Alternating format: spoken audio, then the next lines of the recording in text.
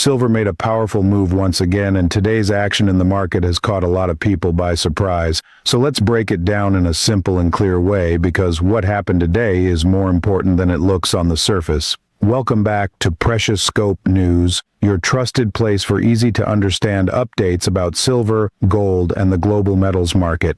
If you are someone who watches these price movements closely, or someone who simply wants to understand why silver reacts the way it does, then this is the perfect moment to pay attention. And if you are new here, make sure you stay with us till the end, because today's move gives us insight into how the next few weeks might unfold. This is where we break the noise, simplify the trends, and show you what is happening behind the scenes of the metals world. Now let's move into the story. Silver climbed above $59 an ounce today and even pushed close to the $60 mark, a level that many investors have been waiting for. It's not just a random move. There are specific forces behind this rise, and one of those forces is something I mentioned months ago on this channel. Many of our regular viewers will remember that discussion, and today that factor is finally showing its effect on the silver market. The interesting part is that some market analysts are now noticing the same thing and speaking about it openly. When new analysts begin discussing a trend that was previously under the radar, it usually means the market is waking up to that driver. So the fact that this topic is resurfacing today is a major signal for all serious silver watchers. Before we go deeper, think about the timing. It's December, it's the holiday season, and markets usually behave in strange ways around this time. Red and green candles appear back to back, and price swings happen quickly. But despite the season and despite the volatility, silver has been showing a level of strength that stands out.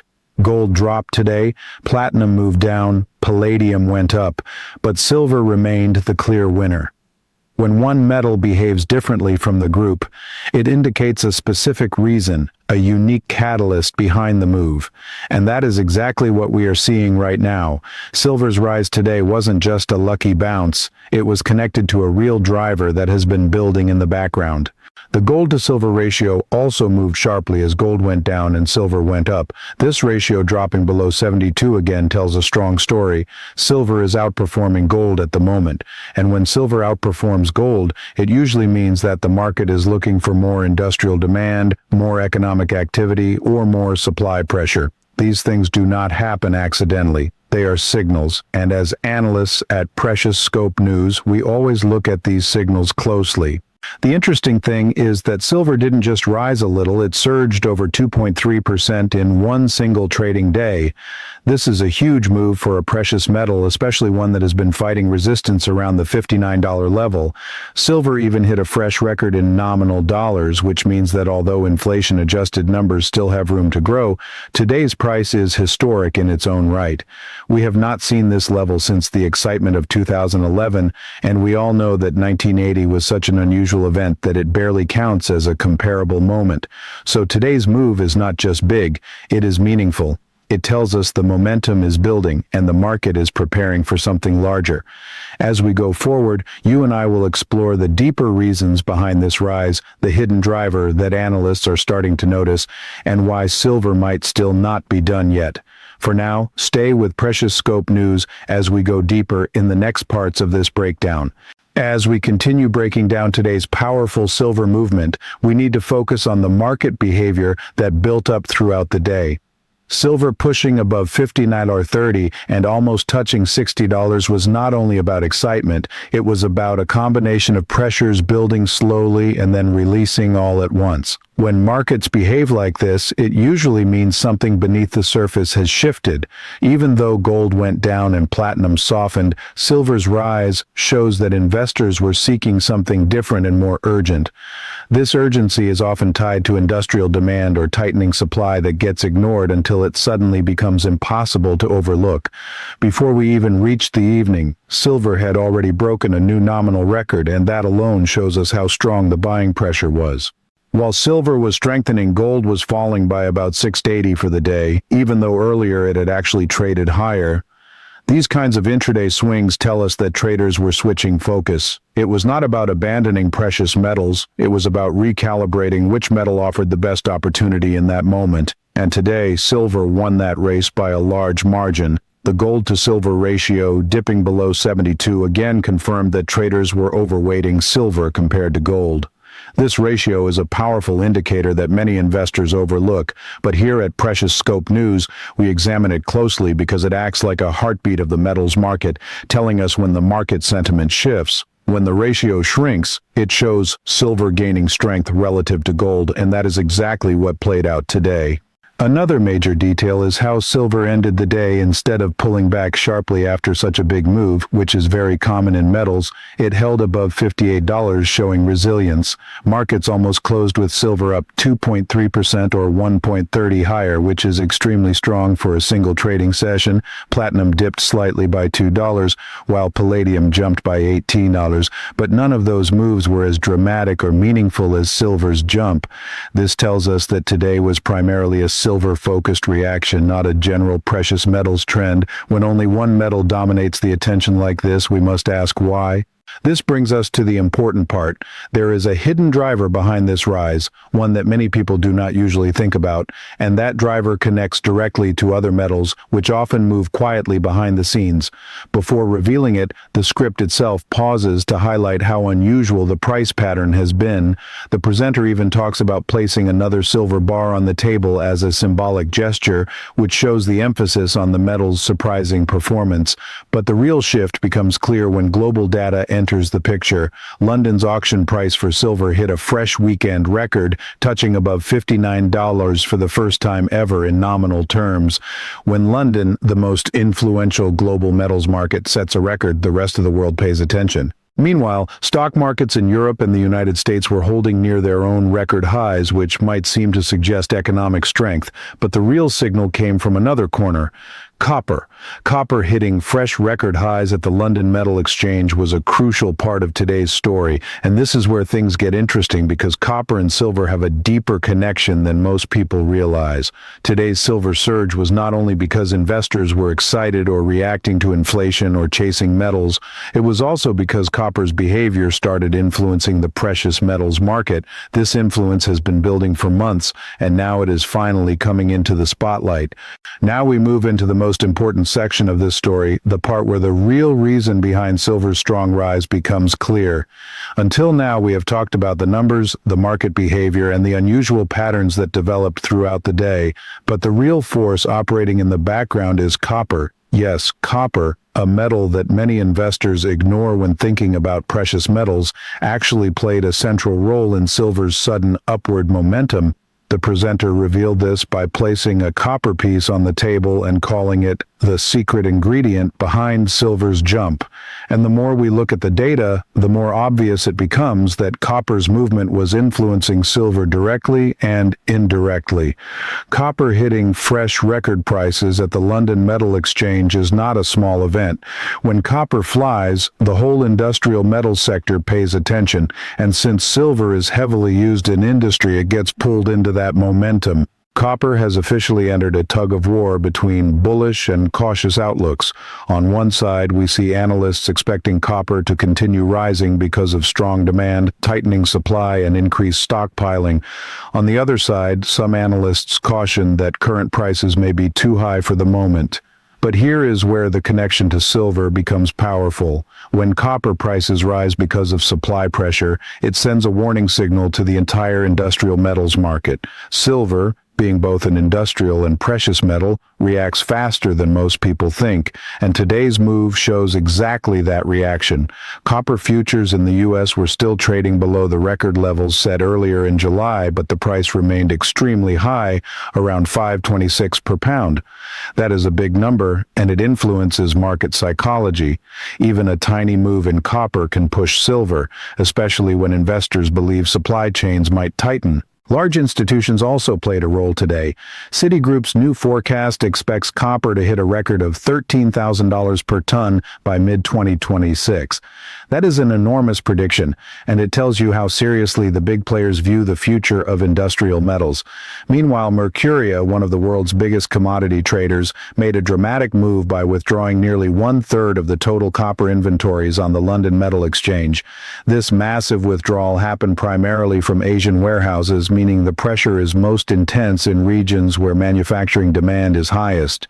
These kinds of moves create fear in the market, fear of shortage, fear of higher prices, and fear of losing supply access. And whenever fear enters the industrial metals market, silver feels it quickly because 70% of silver supply comes as a byproduct of mining other metals, including copper. When copper gets tight, it can indirectly choke silver supply too, and traders know this. While Citi sees higher copper prices coming soon, Goldman Sachs takes a slightly different stance. Goldman believes that current copper prices above $11,000 may be hard to justify because inventories are still elevated and a deep structural shortage is unlikely to appear until the end of the decade. But even this cautious view does not change the truth that copper is already influencing the broader metals market right now.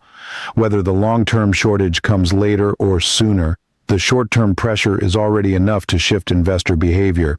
And that short-term pressure is exactly what helped push silver to new heights today. At the same time, we must also pay attention to silver's own fundamentals. Silver is expected to face another market deficit in 2026. According to Metals Focus, the supply gap will shrink slightly compared to the record deficit in 2022, but it will still be significant. Silver remains extremely tight because industrial demand keeps climbing even while mining supply struggles to keep up. And since most silver is produced as a byproduct, miners cannot simply increase silver production whenever demand rises. They must increase mining of other metals such as copper, zinc, and lead. So if copper becomes harder to find or more expensive to produce, silver supply automatically becomes tighter. This makes the connection between silver and copper even stronger, and today's price action proves that relationship clearly.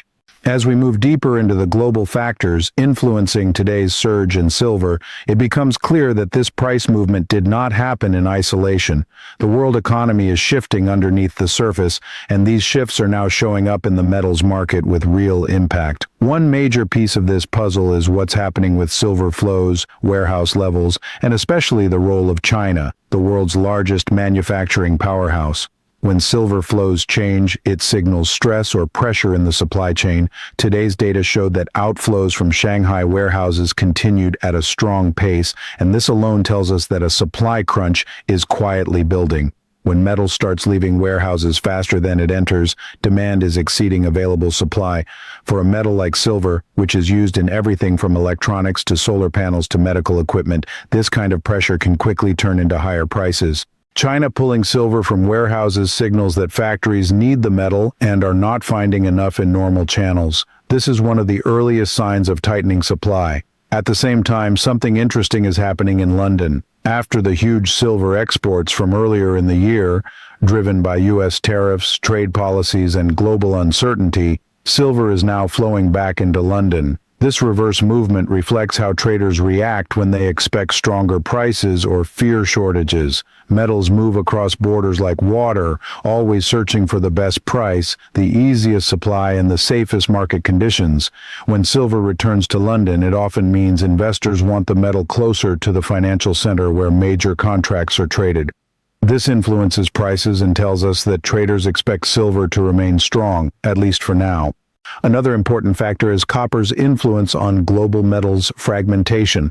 According to Reuters analyst Andy Holm, copper's bull run is not only about supply issues, it is also about the world splitting into uneven markets. He points out that the United States has no major copper shortage right now, but other regions, especially Asia and Europe, are dealing with increasing tightness. This uneven situation creates market fractures, and when markets fragment, metals that rely on global coordination, such as silver, start reacting more aggressively. Silver and copper are more connected than many investors realize. When copper gets tight in one region and moves freely in another, it affects how much silver can be mined, sold, exported, or stockpiled. This is why the presenters stress the link between the two metals. Silver supply is constrained because more than 70% of it comes as a byproduct of mining other metals. This means silver production depends on whether companies decide to mine copper, lead, or zinc, not silver itself. So when copper faces a supply challenge, miners cannot easily boost silver output even if demand rises. This creates a natural bottleneck in the silver market. Today's price action reflects that bottleneck clearly. Silver surged because the market sensed that supply-side pressure may grow stronger in the near future. On the demand side, silver's industrial use is evolving. While long-term silver demand for solar panels, photovoltaics, is still strong, the industry has been slowly reducing the amount of silver used per unit. This reduces long-term pressure, but does not eliminate short-term demand spikes. Meanwhile, industries like chemicals and electronics face short-term disruptions and changes in consumption patterns. The interesting part is that artificial intelligence, cloud computing, and massive data centers, which are booming worldwide, have not yet fully increased silver demand. But experts expect these sectors to grow rapidly, and when they do, they will need more silver. This means the near-future market could tighten even more. Then we have the broader global picture. Trade seems strong on the surface according to the UN trade outlook, but the deeper structure is fragile. There is more reliance on financial flows, balance sheets, and political decisions rather than stable supply chains. This creates vulnerability, and silver responds quickly to this kind of instability. Today's price action was partly driven by these underlying tensions. Even gold's performance, strong overall but weaker today, helped support silver because traders saw silver as the more active metal in this moment.